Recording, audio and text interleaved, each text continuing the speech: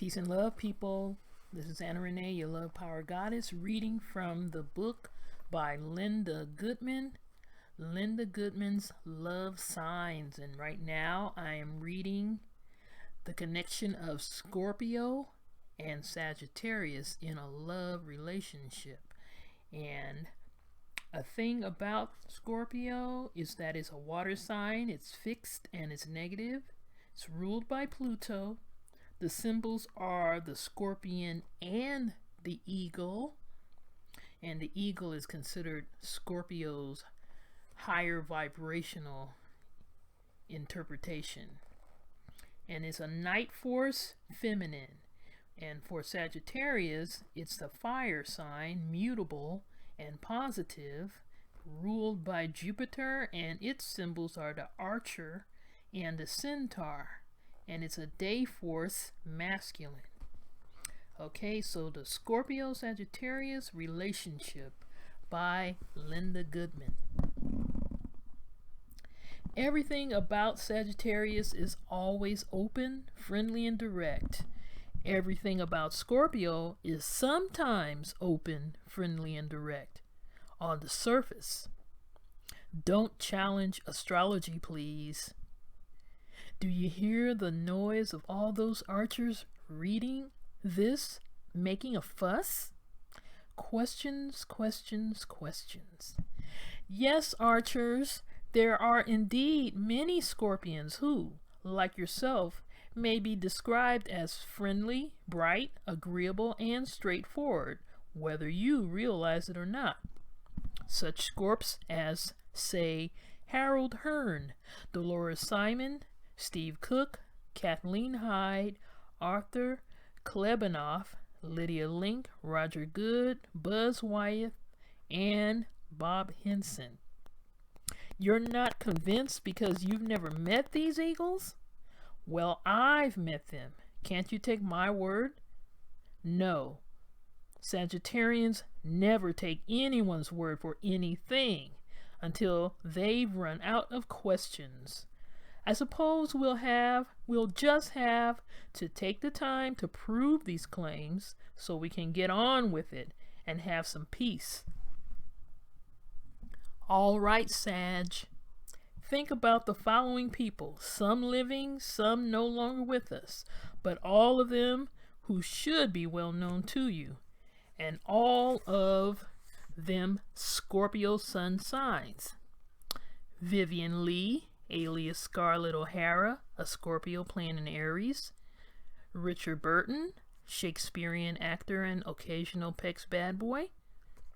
Jolly President Teddy Roosevelt, not Franklin, he was an Aquarian. Marie Antoinette, Prince Charles of England.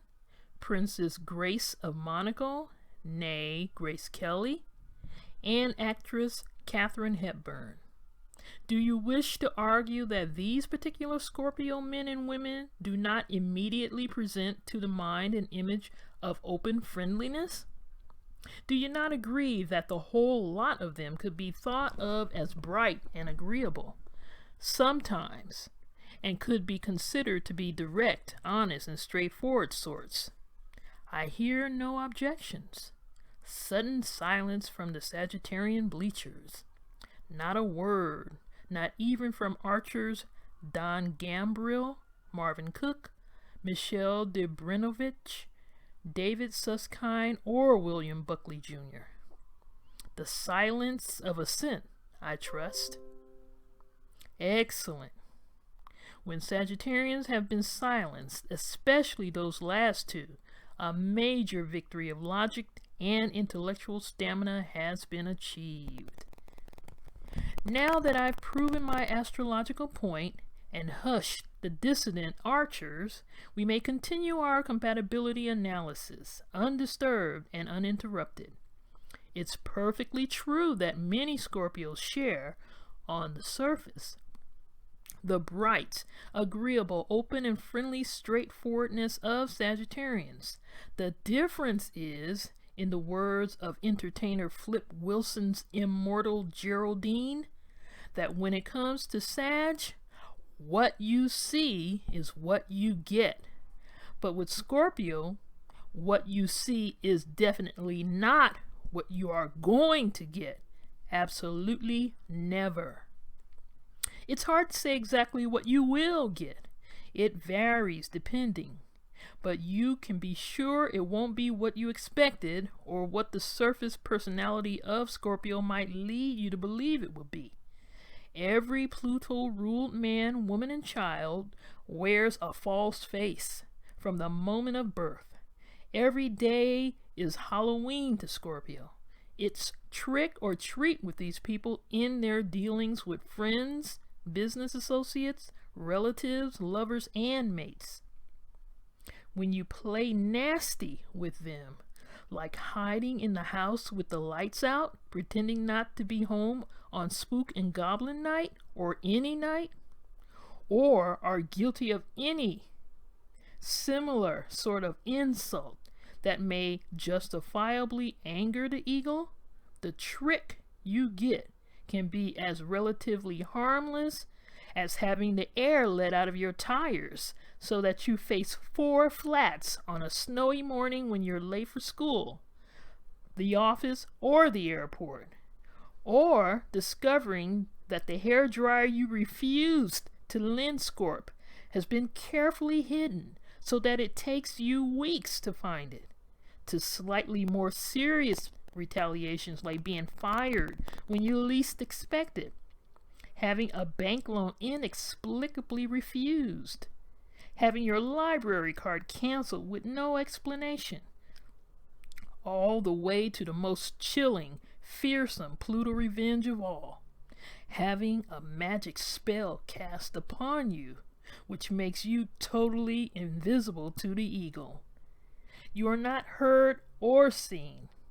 The wounded or angered, same thing, Scorpion will simply walk coldly past you, as if you were a picket fence, a discarded grapefruit rind, an empty trash can, empty, not full, a telephone pole standing there helpless, feeling 20 feet tall, skinny, lonely, and full of splinters, or a teeny tiny insect, like an ant, so small and insignificant you're in danger of being crushed beneath someone's large boot.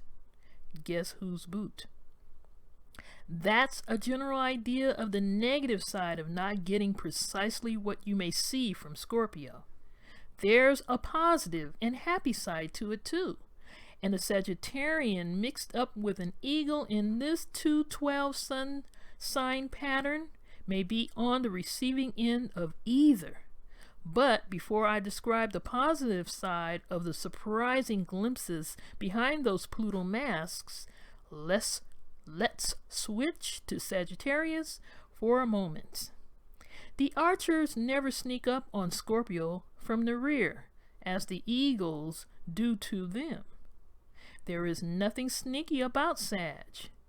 They're honest enough to kill you right to your face, symbolically of course, in front of anyone who happens to be standing there or passing by.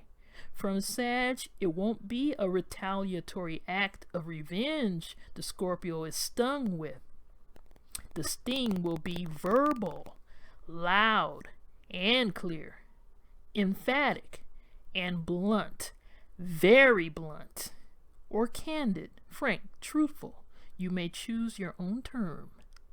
Since Scorpio is capable of such naughty actions, when he or she has been hurt or put down or injured in some way, emotionally or financially, and Sagittarius stings only with words and never ever with underhanded actions, it might seem that archers are really the least dangerous of the two. All things considered, it might seem so, but it's not necessarily true.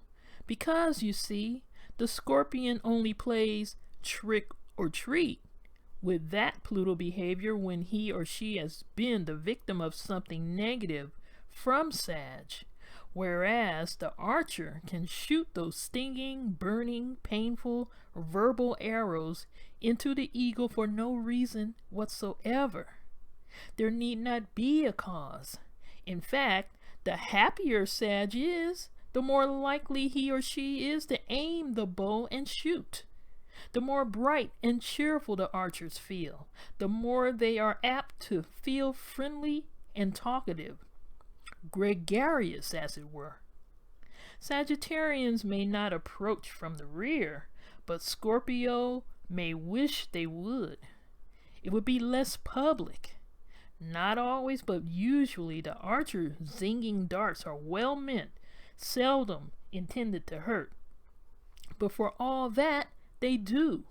When Sag says to an eagle in front of a group of people, including the eagle's wife, "Hey, tell everybody that story you told me about the time last month when your old girlfriend showed up at your office and coaxed you into taking her out to dinner." The archer isn't being malicious. He only wants to share a hilarious story with friends. The end of the story is that the Scorpio did not take the old flame out to dinner, but his wife might leave the party alone before he can explain this. Facing the Scorpio caper of 4 flat tires is less traumatic for an archer than the scene he faces with his wife later at home after being the victim of playful, innocent, harmless Sagittarius. Of course, it won't stop there. The following day, poor Sag will become an insect, a splintered telephone pole, grapefruit rind, or whatever to the injured eagle. Heaven only knows for how long. Probably until Scorpio thinks Sagittarius has suffered for his sins sufficiently. And that can be a long spell, depending on the magnitude of the sin. I'll give one more example along this line, an event that actually occurred. An archer and an eagle I know were sitting in Vinsardi's in New York in the fall of 1975, having gone there for an after the theater snack. The eagle had recently gained a few pounds, not many, maybe 5 or 10, and it was not terribly noticeable. But he was sensitive about it. Scorps are extremely sensitive about everything. Sag left the table they were sharing and proceeded to merrily table hop all over the place, saying hello to friends and so forth. And after a few minutes, the archer cheerfully called out across the crowded dining room to Scorpio, "Don't order one of those chocolate parfaits with whipped cream. Remember all that fat you have to lose." A sudden silence fell upon the diners. The Scorpio was a famous person everyone knew, either personally or by reputation. Approximately 10 seconds passed by the clock. Then the eagle called out to his Sagittarian friend across the room in a deep, rich voice, "Shall I tell the waiter to charge both checks on my tab since your credit has been cut off until you pay your bill?" Every eye in the place turned to the red-faced, humiliated archer. Ah, yes. Let the punishment fit the crime is Scorpio's motto. As determinedly rootless as some Scorpios can be when they've really been hurt and feel compelled to teach the guilty a lesson they'll never forget, the eagles can also be unbelievably loyal and fiercely protective of anyone who has ever been kind to them. That's another surprise the archer may discover behind Scorpio's Pluto mask.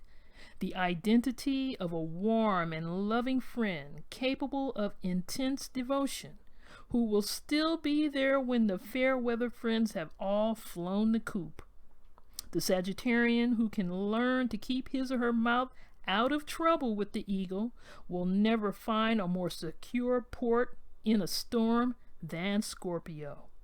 These people will literally risk their lives for a great cause or to defend someone they care about from any kind of harm or danger.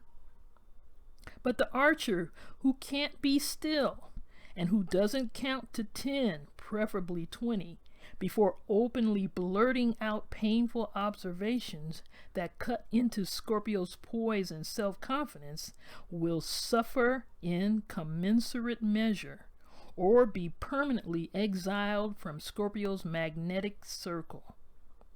Once a Scorpio has had enough, it's all over. It's the end. Since no one can safely or accurately predict how much it takes to bring an eagle to that rare but final steely-eyed, cold, and never retracted decision, Sag should tread carefully and not push his or her luck too far. That's the trouble. Archers are always pushing their luck beyond the limit. Often, they win giant jackpots of all kinds by daring to go that last mile, but not with Scorpio. There are some things these two have in common. Needing to know all the answers is one. With Sagittarius, it's called inquisitiveness. With Scorpio, it's called, well, simply a burning need to know, a compulsion to probe the buried, the hidden, and the mysterious, to ferret out secrets. Curiosity is too mild a word. As I've said before in this book and in my book Sun Signs, the eagles are aware that knowledge is power, and they're after all of that they can accumulate. Sagittarians are forever asking blunt, even rude questions, demanding logical answers, wanting to know the why of everything, never resting until they've been convinced. Scorpio goes about discovering the truth in a more subtle manner, with equal fervor, but with a disguised desire. It's rather amusing to observe the two of them attempting to find out everything about each other. The archer is determined to strip off Scorpio's protective mask, and Scorpio won't stop until he or she has uncovered every last vestige of the archer's inner character and various thespian roles. Sagittarians do enjoy acting out different parts from time to time, but only for fun, not for sinister purposes. They like to make you guess, who am I today? But they're cheerful about dropping hints and finally confess what they've been up to with their acts. Both Sag and Scorp usually enjoy competitive sports, if they're typical of their sun signs. In this, they are alike, especially the male archers and eagles, also many of the females. It's in the losing that they're different. Sagittarius is, admittedly, an admirably good loser, normally brave and optimistic about winning next time. Scorpio is a very poor loser, frequently saying and almost meaning they'd rather die than lose. To the eagle, to not win is tantamount to a cardinal sin. These two are influenced in their association by the 212 vibration, and so there's no denying that Scorpio has lessons of freedom, optimism, daring, and self-honesty to learn from Sag, which the eagle will actively dislike learning. Yet, the situation will be softened somewhat by the Sagittarian's karmic memory. By the Sagittarian's karmic memory tolerance for Scorpio's faults and failings, with the archer subconsciously remembering what it was like to look upon life so intensely, with such great sensitivity, and dedicated to avoiding such a heavy emotional burden this time round. Which is why Sag is generally so happy-go-lucky, viewing life more casually, taking the time to roll a few hoops to see as much of the world as possible, refusing to be really serious about anything except for those occasional Sages who enter the religious life, but seldom before the end of an exciting search. Neither will the average Sag be contentedly tied down during this incarnation to the home fires, especially in youth, with the bonds of Scorpio's powerful sense of duty and obligation. Sagittarians want to wander on the wind, to be free to answer the call of wild adventure. Yet they have a genuine compassion for Scorpio's different outlook. The archers feel somehow deeply sympathetic toward the eagles whose flights are so often grounded, sometimes canceled by responsibilities, secret fears, and promises to be kept that can't be broken for sake of Pluto honor. But Sagittarians shouldn't blurt out their compassion aloud, making it sound like pity. One doesn't dare say, "I feel sorry for you," to a Scorpio. This is a fire and water combination, and that sort of mistake could create a lot of steam in the tea kettle.